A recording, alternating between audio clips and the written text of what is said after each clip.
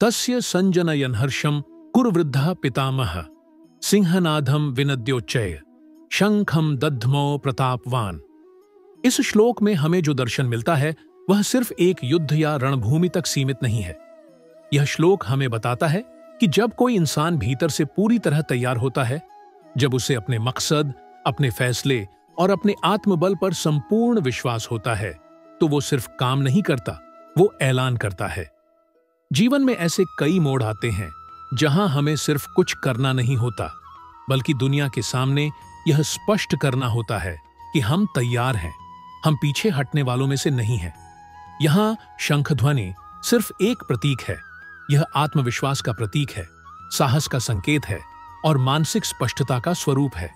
यह वही अवस्था है जब इंसान अपने डर, भ्रम और असमंजस को छोड़कर अपनी उपस्थिति दर्ज कराता है।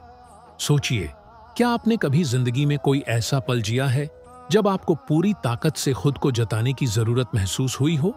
जब सब कुछ धुंधला लग रहा हो, लेकिन आपके अंदर की आवाज कहे, अब वक्त है खुद को जाहिर करने का। बहुत बार हम जिंदगी में ऐसे मोड़ों पर खड़े होते हैं जहां दो रास्ते होते हैं, या तो चुपचाप पीछे हट जाओ या फिर डटकर खड़े हो जाओ और एक शंखनाद करो। और सच कहें तो ज्यादातर लोग पहला रास्ता चुनते हैं। क्यों? क्योंकि चुप रहना आसान होता है, क्योंकि चुप रहने पर आलोचना नहीं होती। लेकिन याद रखिए, जब आप खुद के लिए आवाज नहीं उठाते, तो फिर कोई और भी आपके लिए आवाज नहीं उठाता। इस श्लोक में हमें एक बहुत बड़ी बात सिखाई जाती है। जब तुम खुद अपने लिए बोलने लगते हो, तो दुनिया तुम्हें सुनने लगती है। यह शंख सिर्फ एक ध्वनि नहीं है, यह आपकी एनर्जी है, यह आपकी क्लैरिटी है, यह उस आग का इजहार है जो आपके भीतर जल रही है। और जब आप अपने इरादों की घोषणा करते हैं, तो वो केवल शब्द नहीं होते, वो एक ऊर्जा होती है जो आपके चारों ओर फैलती है। आज के इस भागदौड़ और कंपैरिजन से भरे जीवन में हम इतने डिस्ट्रैक्टेड हो गए हैं कि हमें यह तक नहीं पता कि हम कौन हैं, क्या चाहते हैं और किस दिशा में जा रहे हैं। लोग हमें आंकते हैं हमारी चुप्पियों से, हमारी हिचकिचाहटों से।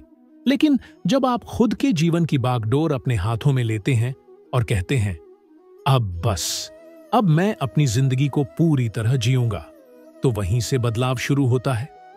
हर बार जब आप किसी मीटिंग में बोलने से डरते हैं, जब आप किसी रिश्ते में अपने विचार रखने से हिचकते हैं, जब आप अपने सपने किसी के सामने रखने में शर्माते हैं, तब आपकी आत्मा धीरे धीरे खामोश होती जाती है और एक दिन आप खुद को खो बैठते हैं।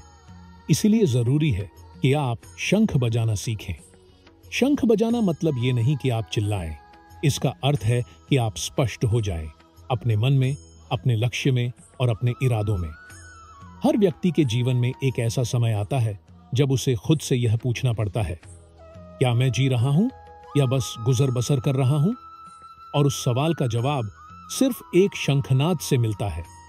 जब आप अपनी सोच, अपनी प्रेरणा और अपने मूल्यों को दुनिया के सामने पूरे आत्मविश्वास से रखते हैं, तब आप अपने जीवन के कर्ता बनते हैं, केवल पात्र नहीं। अब जरा खुद से पूछिए, क्या आप किसी चीज के लिए तैयार हैं? कोई सपना, कोई बदलाव, कोई नई दिशा? और अगर हां, तो क्या आपने उसका शंखनाद किया है? अगर नहीं किया, तो किसका इंतजार है? जिंदगी का, हालात का या अप्रूवल का? आपको किसी की इजाजत की जरूरत नहीं है। अगर आपके अंदर आग है तो उसे जलने दो, अगर आपके अंदर सपना है तो उसे बोलने दो, और अगर आपके अंदर हिम्मत है तो उसे दिखाने दो। जो लोग जिंदगी में महान कार्य करते हैं, वो लोग पहले शंख बजाते हैं, बाद में लड़ते हैं। उनकी ऊर्जा पहले ही घोषित कर देती है कि वो यहां कुछ बड़ा करने आए हैं। और ये भी याद रखो, दुनिया उन्हीं की जगह बनाती है जो अपने वजूद को बिना माफी मांगे जीते हैं।